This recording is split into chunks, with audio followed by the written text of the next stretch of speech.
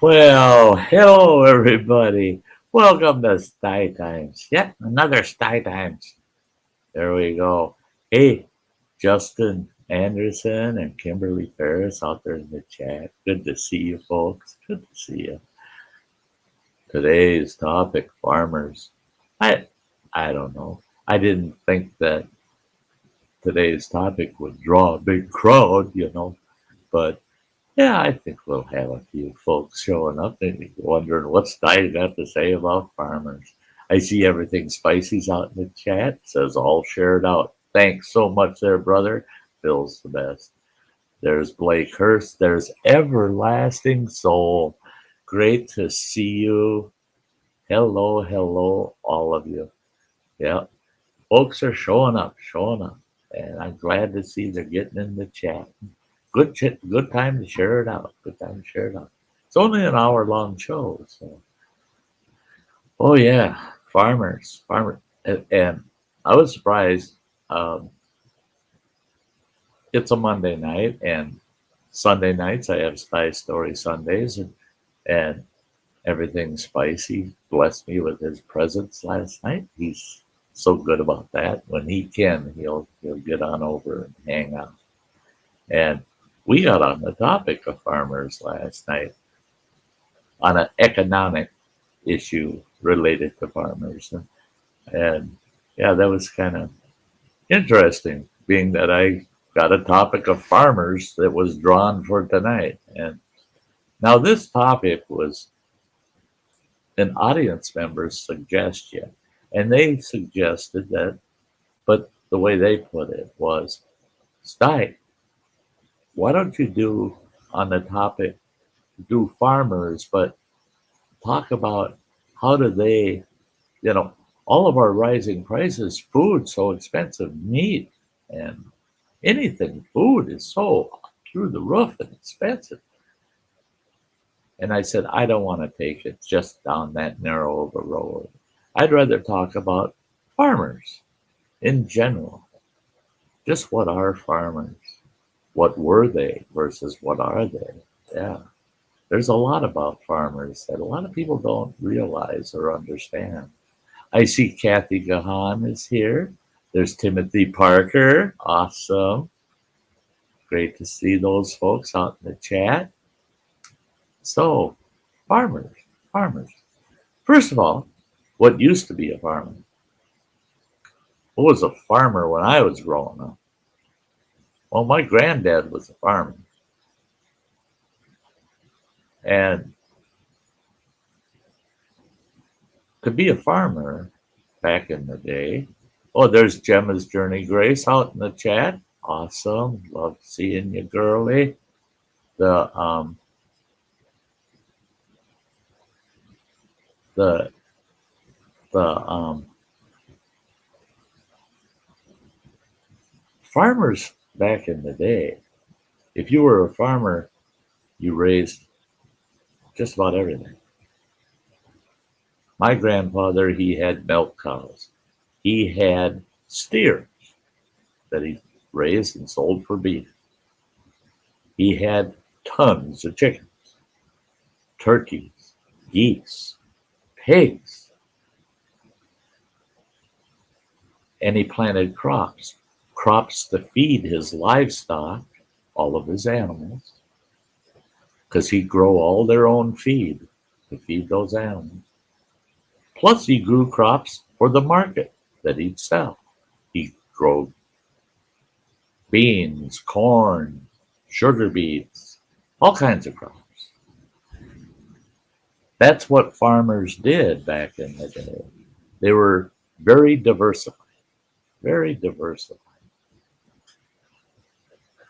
If the crops weren't doing so good this year, that means milk production went down because you can't feed the cows quite as well as you did last year. So you take some of that feed and you sock it a little heavier towards the beef cattle because beef prices are up, so you could sell the beef. Your farm always made it, and it always produced enough food for you also. That was farming back then. You didn't have big corporate farms. Um, and then the corporate farms came along, and farms kept getting bigger and bigger and bigger. Now I got an uncle. Well, God bless me. He passed away finally. He was in his 90s. Um, he had over 4,000 acres near Devil's Lake, North Dakota. All they ever grew there was grain. It was grain country. They grew nothing but wheat. That's every farm up there was considered a wheat ranch. And your average farm was anywhere from 500 to 1,000 acres. Well, he had 4,000 acres. And that seems like, holy smokes, that's got to be a corporate farm. No, it was a mom and pop operation, man. It was him, his wife, and his son. And he had a couple of hired hands. They weren't incorporated. It was a family farm. But all they grew was wheat. And they had a few chickens. They'd raise a beef cow every year. And they'd raise a couple pigs every year. But those were for their own consumption. Those weren't for the market to sell. The only thing they sold off their farm was the wheat. Well, he got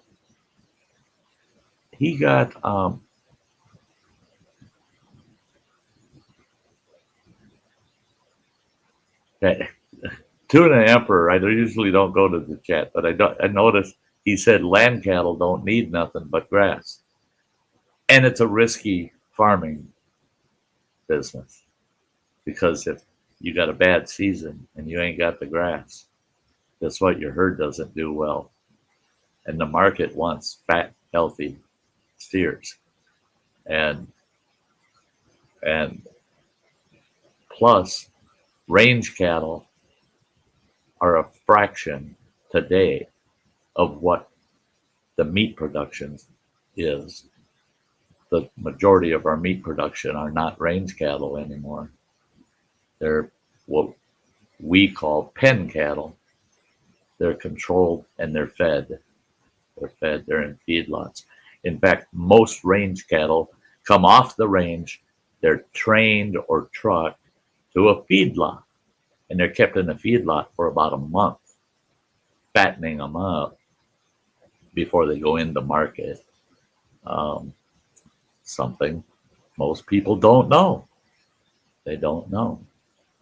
But this uncle of mine, hello JCT, JCT just came in the chat. This uncle of mine with his 4,000 acres got a wild hair one year. He was kind of watching the market and what was going on and stuff. And he wasn't just watching grain futures and the like. He was watching society. What's society up to? What do they like? What do they not like? And he noticed everybody was saying, you shouldn't be eating lard. Get away from all that pig fat. You shouldn't be eating that lard. You should be using some kind of vegetable oil. Well, corn oil started becoming a thing. Well, corn didn't grow well in Devil's Lake, North Dakota. One thing that he knew would grow well because they grew them all around their house. Sunflowers. He took the biggest risk you ever seen. He planted his whole 4,000 acres in sunflowers. Now, mind you, at that time, they didn't even know how to harvest them. How do you harvest sunflowers? They weren't, they had sunflower farms in the middle ag district of the U.S. that were raising sunflowers for sunflower seeds that you snack on. But they would hand harvest most of that. Well, he come up with a way to turn a corn combine and a wheat combine into this picker that would pick sunflowers. He became a multimillionaire just like that. Within 3 years, he had multiple millions of dollars because sunflower oil became a big thing and went right through the roof. And he just happened to plant the right thing at the right time. And he studied it to make sure that he was going to have a successful crop. And he won. Some local farmers around him decided we're going to do what he did. And they tried to copy him. Well, they had about 3 years of drought. Guess what he did? He went right back to planting winter wheat, and he was raising wheat again. They were trying to raise sunflowers, and their crops were failing and bad harvests. He saw it come. But he was one that was explaining to me what was happening to the family farms was the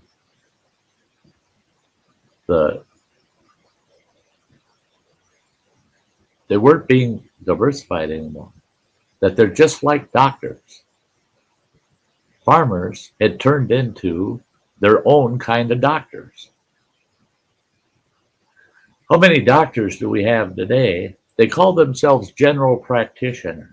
Why do they do that? Because you can go see them and they'll have a general idea what might be wrong with you. But they won't be able to give you a firm diagnosis because they got to send you to another doctor, one that's special in that ailment or that ailment or that ailment. You got ear, nose, and throat doctor. You got the foot doctor. You got the back doctor. You got the brain doctor. You got a doctor for every different kind of disease and illness. And they're all specialized. Well, you don't go to the foot doctor because your back hurts. You don't go to the eye doctor because you got a toothache. So they got all these different doctors only practicing one little piece of doctrine, where before that, your general practitioner had to practice it all. They had to practice it all. And that's how they made their livings, is having a fair amount of good knowledge of all the ailments. And they could treat all the ailments to whatever level of knowledge they had on each. Because there were no specialists. But now, you don't have a true family doctor anymore that handles everything. You have a general practitioner that figures out what's probably wrong with you and sends you to a different doctor that does nothing but that. Well, the farmers are the same way. You don't have these big diverse farms that they're raising cattle, they're producing milk, they're raising poultry and selling that on the market. They're raising crops to feed their livestock and to sell to market. They're doing all these things. They're diverse. One will carry the other kind of thing. You don't have those kind of farms like we used to. There's still some there. There are. I know a few locally here that they're very diverse, but it's difficult for them. They've gotten quite large in order to be diverse. They had to get quite large. All the rest of the farmers I know, and all the farms I see around the region, they all specialize. We've got farmers here, all they do is raise crops. All they do is raise corn. All they do is raise alfalfa. All they do is raise this or that. That's all they do. They have a bad corn year, guess what? They're broke. Because they got no diversity. They're counting on that corn production. And we have dairy farms here. Dairy farms that don't grow any of their own food for their dairy cattle. They might have a few hay fields that they put up hay, but you need silage and you need grain for those dairy cows. They're not raising corn and other grains for their cows. They're not doing it. They're buying it from the guys that are growing just corn, and they're selling that to the local co-op, and the co-op then sells it to the dairy farmer. They're specializing. They're all specializing.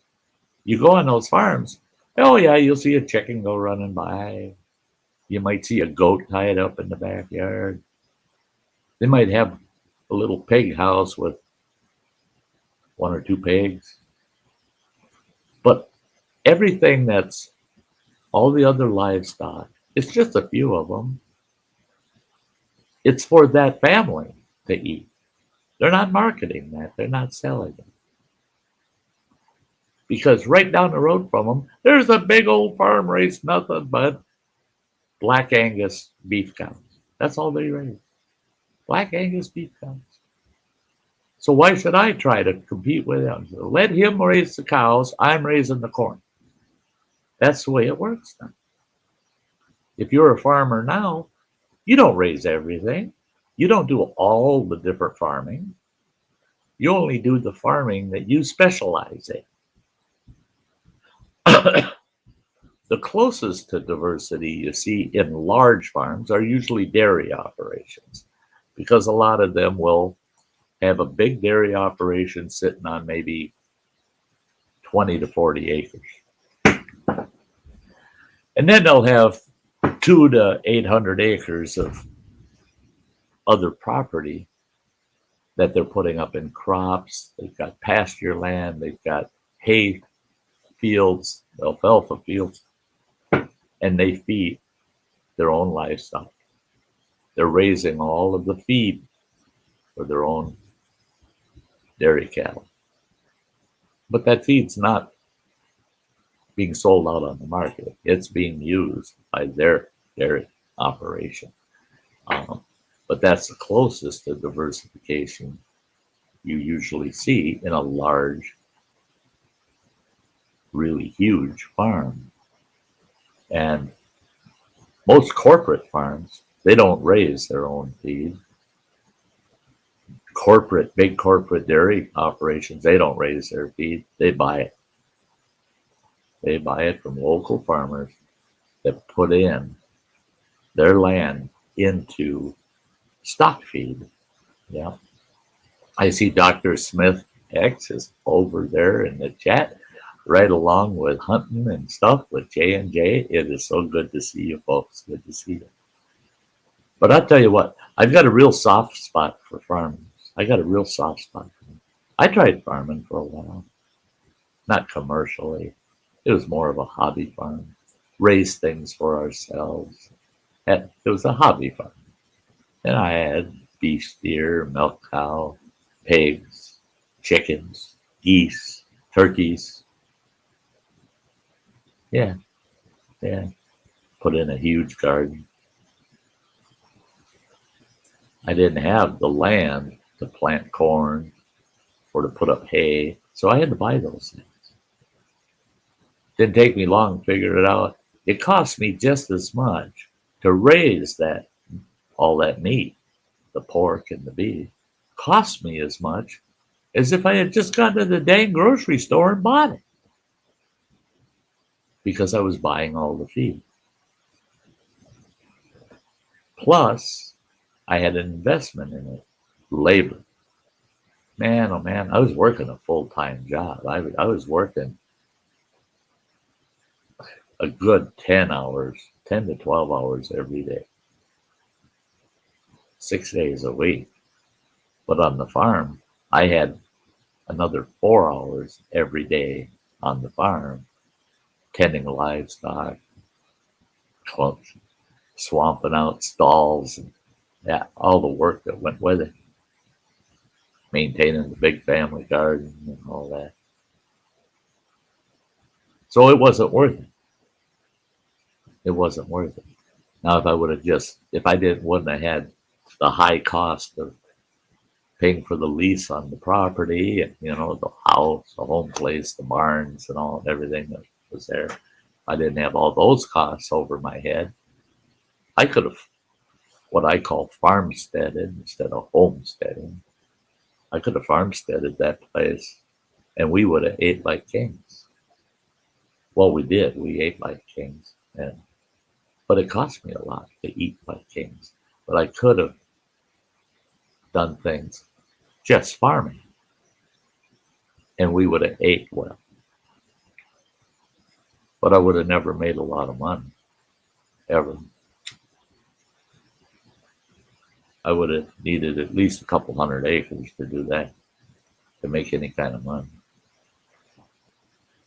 Hey, Shiva B, good to see you. The strawberry rhubarb. Oh, man, she says that makes me think of spring right away. Oh, Lordy. And that's that, and that's the whole thing is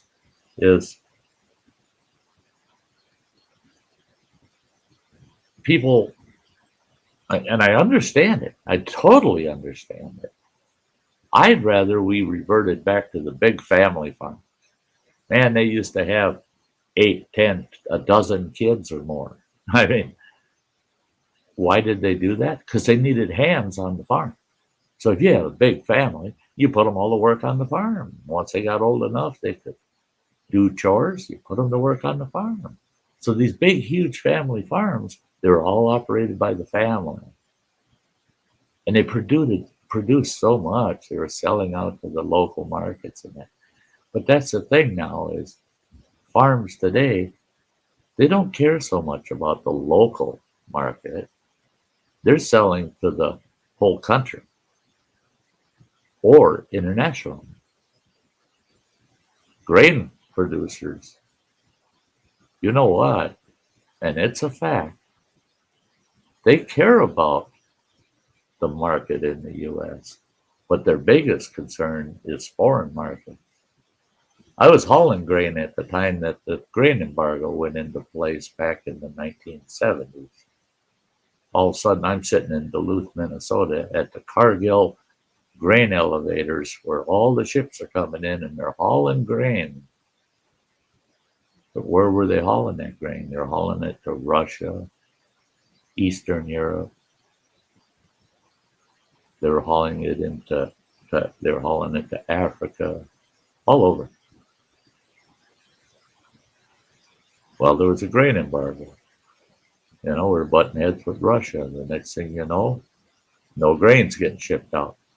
All grain heading out of that port came to a screeching halt. The farmers went absolutely ballistic. Even back in the 70s, the farmers were screaming because that foreign market made up 60% of their farm revenue. And all of a sudden they got froze. Well, that's $6 out of every $10. You got all of this product. It's got to be sold. It'll go bad. And $6 out of every 10 just got taken away from you. How the heck are you going to get by, right? Well, if you were diverse, you'd go, oh, that's going to hurt. That's going to hurt. That 60% off of our grain sales is going to take a big chunk out of our beef sales and our other sales, our milk sales, or this and that. But not being diverse and just being a grain producer, all of a sudden you can't get rid of your corn, you can't get rid of your wheat, you can't get rid of your oats, you can't get rid of your barley because there's a grain embargo. You're crap out of luck because you didn't diverse. You're not diverse. And that's the way our farming system works today. Everybody's a specialized farmer. They're specialized in something. And I think it's just a shame. It's very good to see you, Dutch Prepper, out there in the chat. Very good to see you. But I have a lot of people that, well, it's these corporate farms. They're wrecking everything. Well, I agree and disagree. Do we need these big corporate farms? A lot of people say, no, we don't need them. Well, I'm sorry, but no, the numbers don't add up. Now, if we didn't do anything about the virus, about the COVID virus, and we had 5 or 10 times more people worldwide pass away from it, then maybe we wouldn't need corporate farms. But if we're going to feed all the characters that are on this planet right now, I guarantee you we need corporate farms. Mom and pop farms ain't going to do it. They just aren't. It's just the way it is. They just aren't. They can't produce that much. Not mom and pop operations. So there is a place for corporate farms, but they should not replace. They have a place, but they should not replace your mom and pop farms. And it's a competitive world for the farmers. I mean, small operations, they don't get the benefits that large corporate farms get because they can't sell in the same volume that these big corporate farms do. And the smaller mom and pop farms don't have the foreign market that these huge corporate farms have. So there is pros and cons to corporate farms.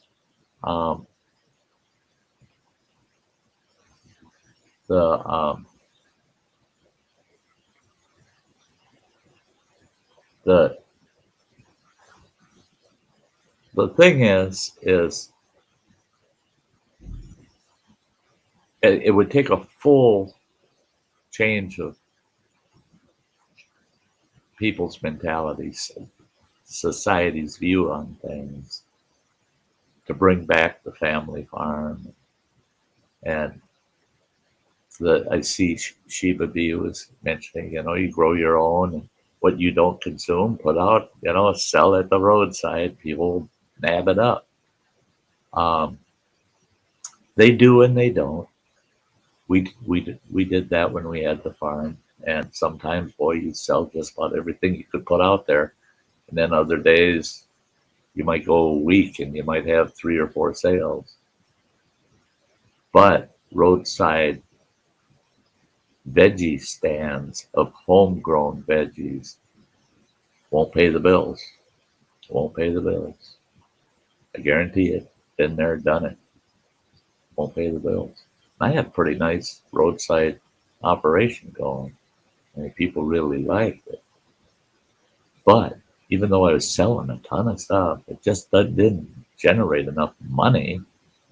What it did was it covered my costs to produce it all and all my labor. That's what it did. It was a good break-even deal, which I didn't mind because that meant I ate for free because they were covering all my costs to grow all these veggies.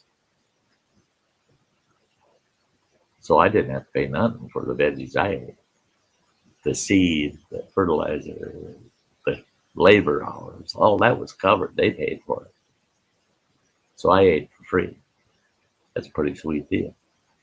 But free doesn't mean there's any money left over to pay the bills. You have to farm and sell not a wagon full of cucumbers. You got to send out truckloads of cucumbers to make a living. And a lot of people think, well, if the whole world were to start just growing their own and stuff like that, we wouldn't be so dependent on this and that. Okay, I get the picture, but when you take Minneapolis, St. Paul, over 1 million people living in those cities, where in the hell are maybe 1 out of every 100 that live in those cities could have a windowsill garden that would help supplement their diet? There's nowhere for them to grow enough food to feed even themselves in these concrete jungles. And that's where almost all of our people live, are in concrete jungles. It's the people out here in the country. It's the mom and pop farm, and it's the corporate farms that feed those concrete jungles. That's what farmers are here for. Hey, it's the halftime mark, guys. I have to shout out my awesome, most wonderful channel members. And it takes less than 50 seconds, so don't go anywhere. We're going to get right back onto this farming deal real quick.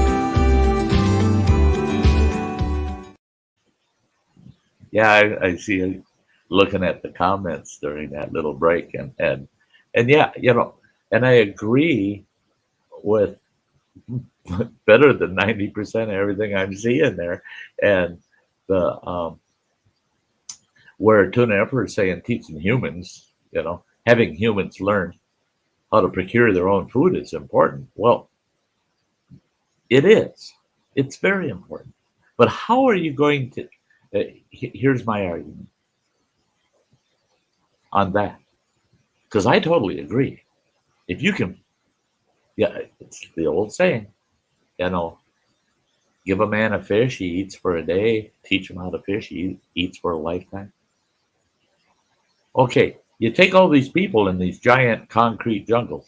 Take the city of New York. Teach everybody in that city how to grow food and enough of it to feed their families. What the hell good does that do? There's nowhere to grow it. They got nowhere to grow it. So what would you be teaching them? Get out of that city and go out in the country and get yourself a plot of land, grow some food. Do you live in the country? Do you want 10 million people coming out of a couple of local huge metro areas, giving up on the city and all moving out to your neck of the woods, buying up every little plot of land around you, and all of a sudden you've got a farm city instead of a concrete city? You got to weigh what is actual with what we wish we could have. I wish everybody could grow their own. I love it here where I'm living now because I've got a yard. I got a nice big yard, and I'm putting a garden in next year. I already told Running Water, I'm going to pick a spot. I'm putting a little garden in. I can't eat a lot, but he likes fresh veggies and the like. And I'm sure someone else will. And I might put a little stand out here in the front yard and sell whatever I can't use out of the garden. I'm going to do it. But I don't want every Tom, Dick, and Harry leaving Duluth, Minnesota, 150,000 people deciding they're going to move in just an hour away out here in our neck of the woods, buy up every piece of land they can get their paws on just so they can grow a family garden that'll feed them. And they don't have to depend on the local farmer. They don't have to depend on corporate farms. They don't have. Oh no. Oh no. There is no utopia. There's no utopia, guys. There's no perfect answer because we put ourselves in this situation. There's no way to actually back for the world to back out of this. So we got to deal with the real problems that are here. So how do you feed all these dang people? How do you feed them? Well, you're stuck with corporate farms. You feed cities with corporate farms. Mom and pop farms feed the community. And that's what I love about mom and pop farms. That's here. We've got a we got a guy here. He raises some of the best beef. Oh my gosh, the beef from his farm is to die for. He only sells locally. What's he got? He's got his own butcher shop, his own processing center. You go there and you tell him, I want to buy half a steer. Okay. And he says, I don't have another sale right now, but the minute I get another half steer sale, I'll give you a call and tell you what day we're going to be slaughtering and butchering and when it'll be wrapped and ready for you. And once he's got the whole cow sold, he'll go slaughter one, process it, um, and it really is some of the best beef you can get. And it's local. It's local. You're not getting it from a big cattle rancher or a big corporate farm.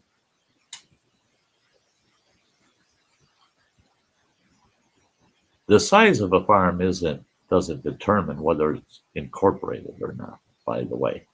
By the way, I know farms that only have 20 acres. 20 acres. That's all they got. And they're incorporated. They're an S corporation. I've done their taxes for them. They're a dairy operation, and they're one that they don't raise any of the feed. They buy all their feed. And that 20 acres, 10 acres of it is pure dairy operation. It's the big, huge milking parlor. It's all automated, the whole thing. It's a beautiful parlor, huge. And they can have 250 head in that parlor at a time. And they run 500 head, 546 head last year they were running through every day. And it's a giant ass on that 10 acres, big old milk processing center, and the rest of it, I'd say about 6 acres of it, is all feedlot. The cows come out of that milk parlor and they walk out into that feedlot, and they got the big feeders all over and the hay and everything, and they go out there and they just mosey around eating. And then when they feel heavy with milk, they just walk into the parlor and they get milked again. 20 acres. And it's a huge corporation. Huge corporation. This operation is worth over $1 million without the cows. His operation, just the buildings, the property, is $1 million property. You throw the cows on top of it, and it's about 2.3 million. So is he a large corporate farmer? Well, yes, he is. He's a huge corporation. He's running millions of dollars through that place. But it's smaller than most family farms. So the argument of corporate farms is so convoluted. So convoluted. I see Norel, Luz, good to see you. Welcome to the Sty Shack Community Gardens. I'm all for those. I'm all for those, except the social problems that come with them. Now, and I've seen very well operated community gardens where the people that participate in them, they get a good return out of it, and it's worth their effort and the work, and it's not taken away from anybody. And I've seen others where the administrators and those that are kind of in charge, oh yeah, they seem to go home with the best. And then you'll have people arguing about, well, you shouldn't be growing that because that's what I'm growing. And you shouldn't grow that. That ain't no, people don't want that. I like community gardens where it's you get a plot in that community garden and you grow what you wish in that plot.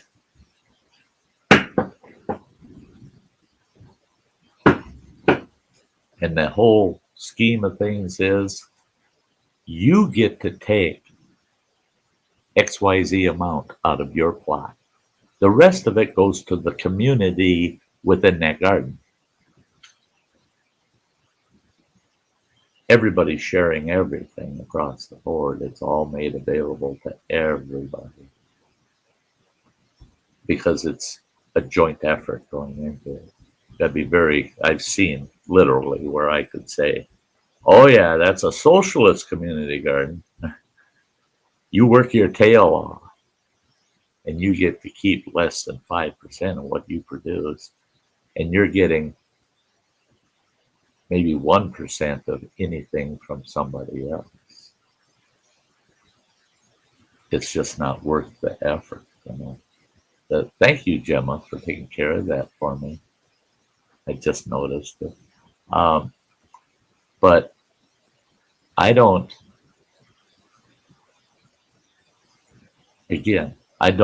like anything that destroys a family farm. And I strongly believe family farms used to be the anchor of every community. What we used to think were big towns might have 20 or 30,000 people living in it. But what were those towns? I live in a town that's 10,000 people. What surrounds our town? Farms. All around us, farms. We're in timber country, so we got a lot of loggers and the like around here. But the mainstay around town are farms. We got farms all over. We got sheep farmers. We got dairy farmers, cattle farmers, chicken farmers. We got turkey farmers. We got all these different farms all around us. They're the anchor of the community, and people lose touch with that. They lose touch with that. When all those outlining farms start going away, because these are here,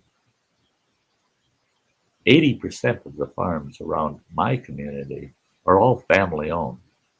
Most of them are incorporated, but they're family operated. They're family owned and operated. They incorporated for tax shelter is what they did.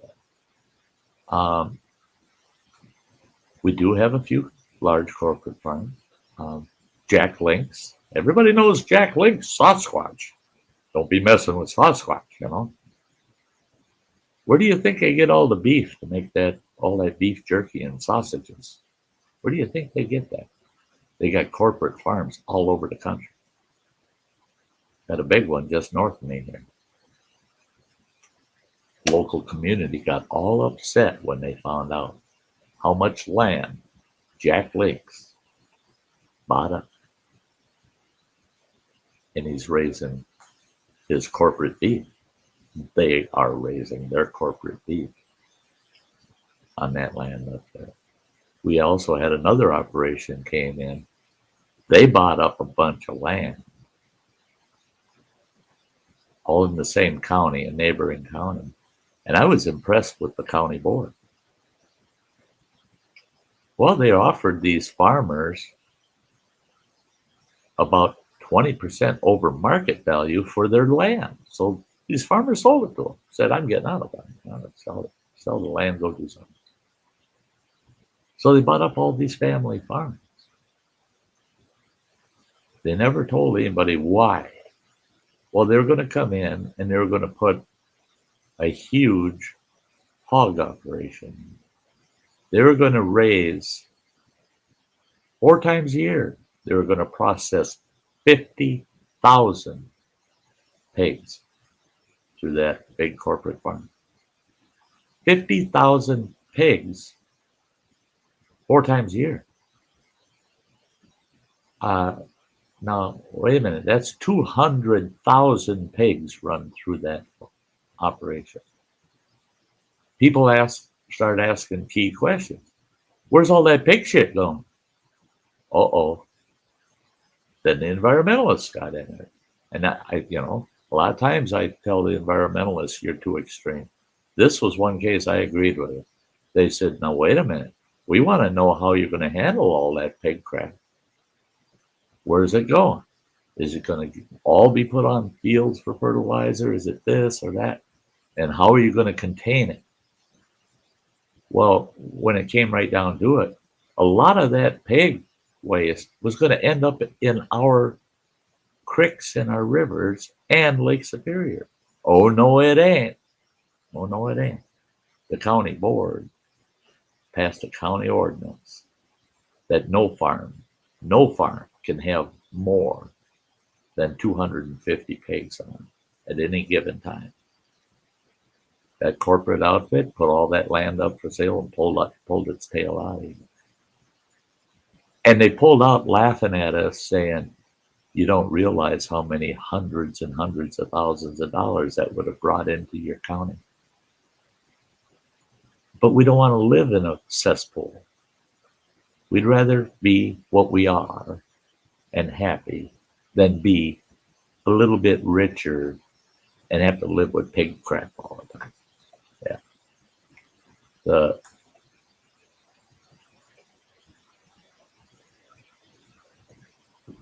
The farming has turned into such a different thing. It's turned into such, and I feel for these folks that they still struggle and fight, and a lot of sweat, blood, and tears to be a family farmer. And they're trying to be diverse. They're raising livestock and they're planting crops, and they're just nice and diverse. And they're just scratching by. They spend half the year in debt, the other half flush, and then they're in debt for a half a year, and then they're flush. A lot of times, all a family farm has, they've got a lot of assets. They're worth a lot of money, man. Like I said, I used to do taxes for folks. I did a lot of farming. And it's a little different doing taxes for farmers. But they're assets. I do asset evaluations on certain farms. A lot of $1 million, $3 million.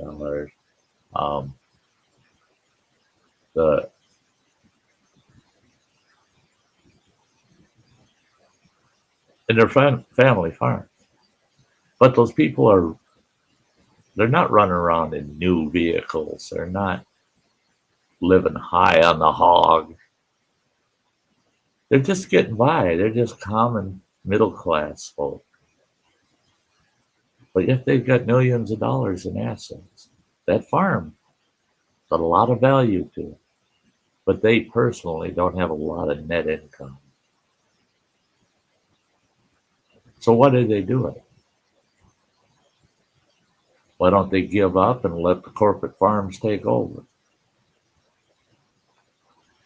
It's a commitment to their community and to their lifestyle. They like who they are. They like being farmers. And you gotta love it. I mean, liking it will get you through, but loving it is a whole different story. Dairy farmers, it's tough. For the family farm, it's tough. Somebody in that family has to work from 3, 4 a.m. in the morning until 8, 9, sometimes 10 at night. Somebody in that family has to work that 7 days a week. Try to have a family reunion when your family are dairy farmers. Usually it's on somebody's farm, and usually whoever that is, during the reunion, they'll say, I'll be back. It'll take me about a half hour or an hour. I got to go do chores. But that's how they get together, is where the work is, because they can't leave their work. They don't have that opportunity. And I have people say, oh, but you see the local farmer sitting in the pub every Friday night and he's in there and he drinks till closing. And I said, yeah, he shows up at about 8 o'clock. He just got through having his damn dinner and he got there and he's drinking until they close the bar and he gets his tail home, gets home at 2:30 in the morning. Guess what? He's got to shake it out between 4 and 5 o'clock in the morning. 2 to 3 hours later, he's got to shake it out and he's got to go milk. He's got to go milk his cows. You think he's got time on his hands and he's throwing money around in the bar. Well, it looks like he's throwing money around in the bar because he's only in there twice a month that way. He can't afford to be in there every night that way. And his body couldn't take it because for him to do that, he's going to have hard labor for a 16, 18-hour day. And he's only going to get a couple hours of sleep.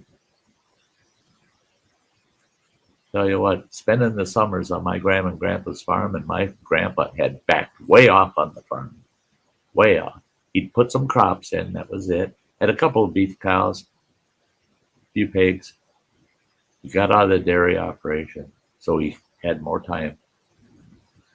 And he had a hired hand that he could call on and have him come to the farm and help him out if he needed to be away for a day or two or something. But even cutting it way back, sunrise to sunset, my old grandpa was working that farm. Why? Because he loved it. He loved it. If you don't love growing things and raising animals, the outdoors, yeah, farmer material, you're not. Now, when I lived near Minneapolis, St. Paul, I saw a lot of these wannabe farmers.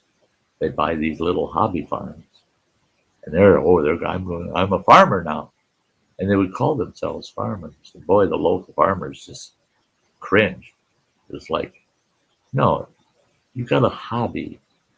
You don't even have a clue. Oh, we've got a milk cow. Mm-hmm. How many times have you missed milkings? Do you milk her every morning, every night? Well, we miss once in a while. When you're all work and family things, you're not allowed to do that if you're a real farmer. We got chickens. We got a bunch of laying hens. Well, how many eggs do they produce? Oh, way more than we can use. And nobody wants, you know, they'll buy them, but they don't want to give us much for them. Oh, so what do you do with them? Well, we throw them away. Oh, really? You don't freeze them? One thing we used to do is we crack the small eggs open and put them in an ice cube tray. We had this big ice cube tray and stick them in the freezer and pop them out. And you got egg cubes and you put them all in a plastic container, seal it, put it back in the freezer. And you want poached eggs, man, you can take a couple of those cubes out, drop them in boiling water, and in just a couple minutes, you got poached eggs. Or you could thaw them out, put them in a cake. You could thaw them out, whip them, and you got scrambled eggs. They were throwing theirs away. They weren't farmers. The hey, bacon stuffed donuts out there, and so is may contain nuts. Great to see you two out there in the chat. That's awesome. Um, yeah, Shiva B says the same thing. It's very difficult um, when you have your whole family is running farms. Yeah, the bacon stuff. Yeah, the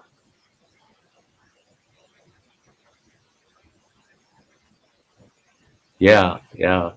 The to an effort talking about how multi-generational these farmers are. Many are, and they lost a lot of that. A lot of them, the next generation moved away from farming. On my ex-wife's side, her family, her grandfather and all of his brothers, there were 9 of those boys. All of them except for 3. So that puts you down to 6 of them. 6 of them were farmers. In fact, one's actual legal name is Farmer. And not one of those family farms is operational today because all of their children went other ways, didn't want to farm. So that 6 family farms gone because the next generation didn't want to farm.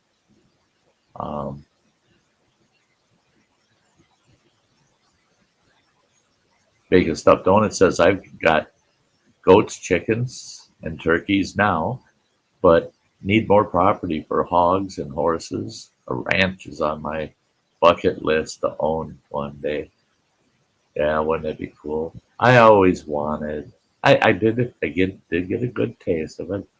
I had a couple of farms, and I'd say I treated them like I was a farmer, but they were size-wise hobby farms, and critters galore. The one farm we had here in Wisconsin, I had horses, beef steer, milk cow, goats, geese, turkeys, chickens, a lot of other critters. I didn't have a pig there. I didn't raise a pig there. But the other farm, we raised pigs. But the Bacon Stuffed Donut goes, it says, I'd have one sexy tractor. I miss my tractors, man. I had a couple over the years, and I miss just. There were times I'd jump on the old tractor. I had an old Fordson and diesel. Boy, that was a tough tractor. And I'd jump on that thing and I'd just go drive around the property with it, just to go ride the tractor, man.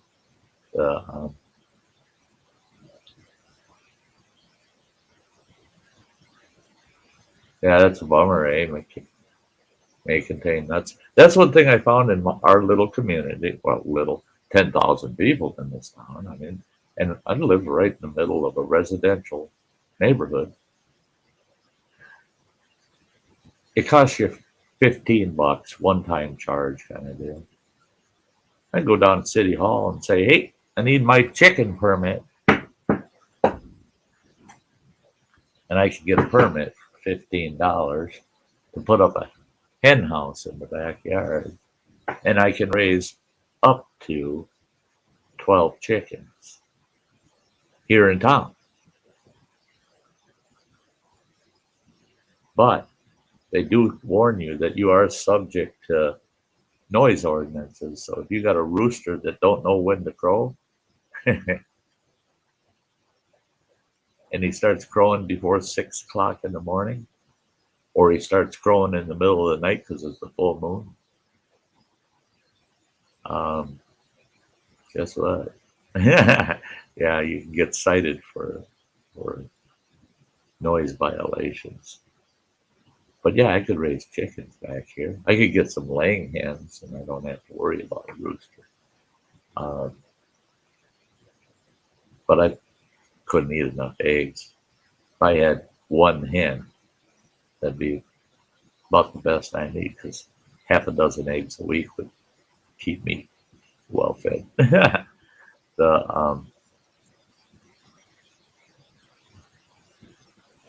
the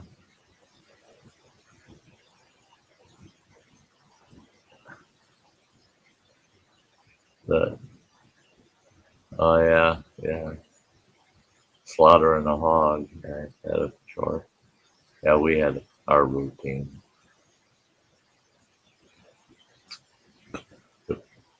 They shot him right in the forehead with a 22 Magnum. Punk. Jump in there, the throat, flash the back ankles, hoist him up with the bucket of the tractor. Quick, and generally painless for the poor piggy. Well, guys, that's the end of the show today. The only thing I ask, you see a farmer, thank them.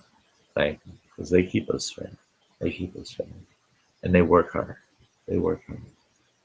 You won't know a corporate farmer if you see him. He's probably wearing a polo shirt and heading to the golf course. But a real farmer, you can smell him in a crowd. Doesn't hurt to say, hey, thank you, man, for what you do. Thanks for feeding the country, man. Thanks for supporting the community by being a farmer nearby. Do that with you, folks. Hey, love you all. It's Monday night. No show tomorrow night, but I'll be back Wednesday night. You watch the end of this, the very end, and you'll see what that topic is. That topic's a little different. I was surprised when that came out of the hat yesterday, but I'm ready for it.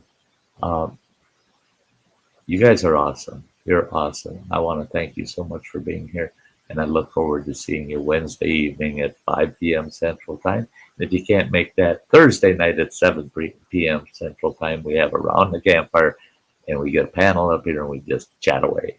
Just chat away. So until then, guys, you all take care of yourselves, and I'll see you soon.